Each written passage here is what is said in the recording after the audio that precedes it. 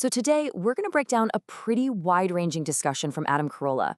We're going to get into what he has to say about government overreach, the power of media narratives, and what he sees as the erosion of personal freedom. And we'll start with some really personal and frankly pretty surprising examples. All right, let's get into it. We're going to kick things off with some seemingly small stories about property rights. You'll see what I mean. Then we'll see how those same ideas get applied to a huge Supreme Court case. From there, it's a shift over to a critique of celebrity activism and media coverage before we land on a much bigger point about how we all talk to each other in public.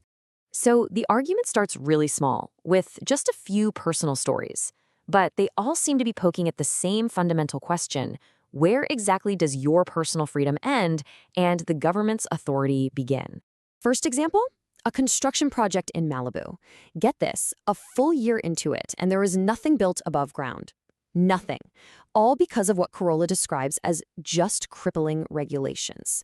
The punchline, he jokes, is that the foundation is so over-engineered, it's the only thing that'll survive for some future civilization to find, like the Statue of Liberty in Planet of the Apes. Then you've got the story of the oak tree.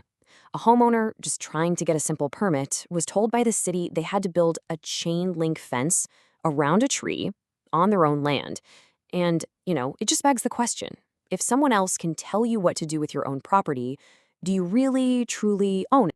And all this kind of leads to this one moment of simple defiance. After his family dog passed away, he buried it in the backyard. It was only after the fact that he Googled it and found out, yep, that's illegal in Los Angeles. You can just imagine the frustration with that level of government meddling. And really, this quote just says it all, doesn't it? It's the emotional heart of the argument.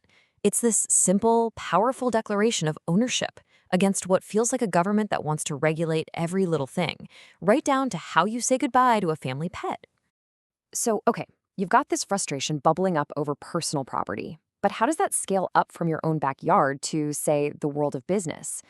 Well, the argument pivots right to a really famous legal battle, the Masterpiece Cake Shop case. It applies these exact same principles, just on a much bigger and way more public stage. It all started with a simple request for a wedding cake.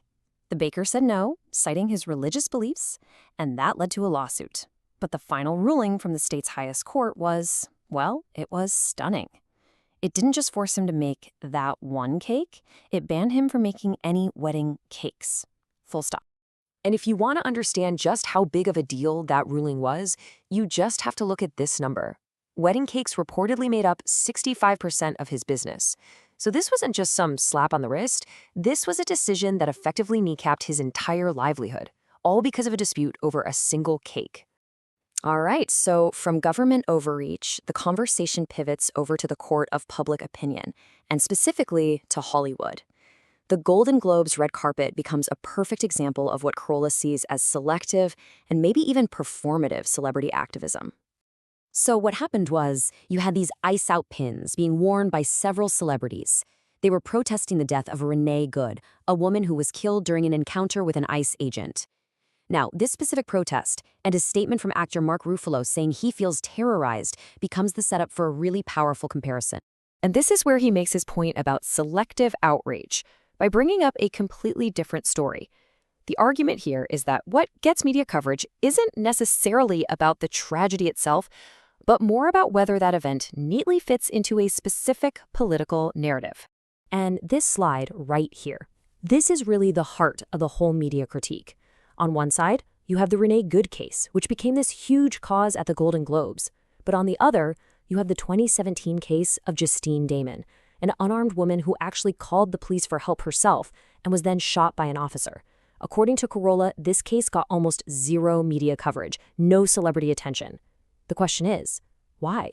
Well, the answer, according to this argument, is all about the narrative. The story of Justine Damond, an unarmed white woman shot by a black Somali police officer, it just didn't fit the preferred media storyline about law enforcement. So the argument goes, it was basically ignored, while the other case, which did fit the script, became this massive cause.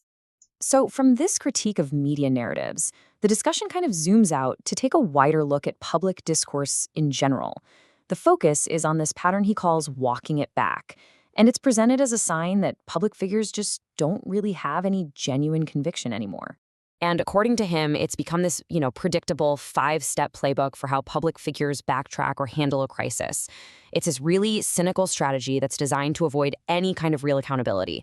It starts with denial and always ends by spreading the blame so thin that in the end, nobody is really at fault. And here is a perfect example of that in action.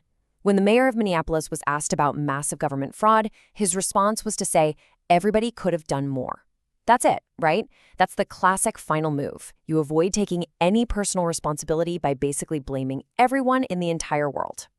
And that really leaves us with the big question that ties this whole thing together. From a fence around a tree, to selective protests, to these political apologies. What happens to a society when people stop saying what they actually mean? The argument is that we lose something absolutely essential when genuine belief is just replaced by strategic gamesmanship.